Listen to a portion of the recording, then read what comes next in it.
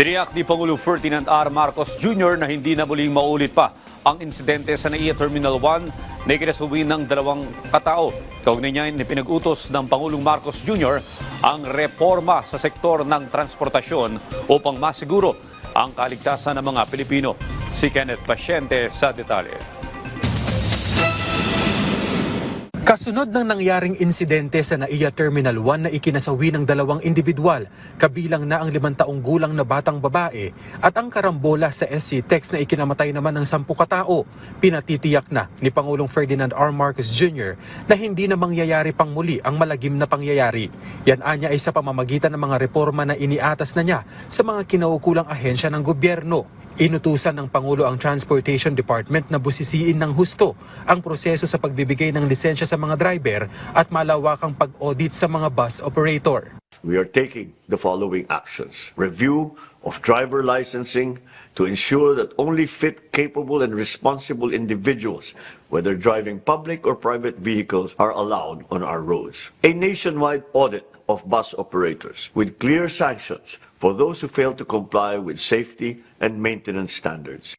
Pinatitiyak din ng punong ehekutibo sa Labor Department ang mahigpit na pagbabantay sa mga hindi ligtas at mapagsamantalang gawain sa sektor ng transportasyon. A directive to the Department of Labor to crack down on unsafe and exploitative practices in the transport sector because driver fatigue, long hours, and pressure to meet quotas should never put lives at risk. Nagpaabot naman ng pakikiramay ang Pangulo sa pamilya ng mga nasawi sa magkahiwalay na insidente. Kasabay ang pagtiyak na may mapapanagot dito at mabibigyan ng hustisya ang mga nawalang buhay. We owe it to the victims and their families to act, not only with sympathy, but with resolve. These lives will not be lost in vain. We will make the changes that need to be made. We will demand accountability where it is due, and we will build a transport system that truly protects Filipino people.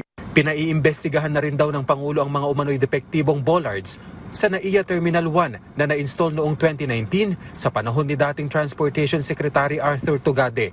Pinaiimbestigahan na po paano po ang naging procurement pati yung specifications. Yung po ay sa pag-uutos po ng Pangulo at ito po itutugunan kaagad-agad ni Secretary Vince Dizon. At pati po ang pag-inspect sa mga bollards at ang mabilisang pagpapalit po dito para sa safety po ng nakakarami. Binigyang diin din ng Malacanang ang pangangailangan sa ipinag-utos na mandatory drug testing para sa public utility vehicle drivers para matiyak ang kaligtasan ng riding public maging ng mga driver at maiwasan na ang mga ganitong uri ng insidente. Gayunman, bukas daw ang pamahalaan na pag-aralan pa ito para ikonsidera ang panig ng mga driver. Hindi po ito basta-basta maaaring sabihin na huwag na lang gawin kung ito naman po ay makakasama sa safety. So pag-aaralan pa rin po ito at huwag naman po agad nating husgahan na ito ay isang money-making device or strategy. Kenneth Pasyente para sa Pambansang TV sa Bagong Pilipinas.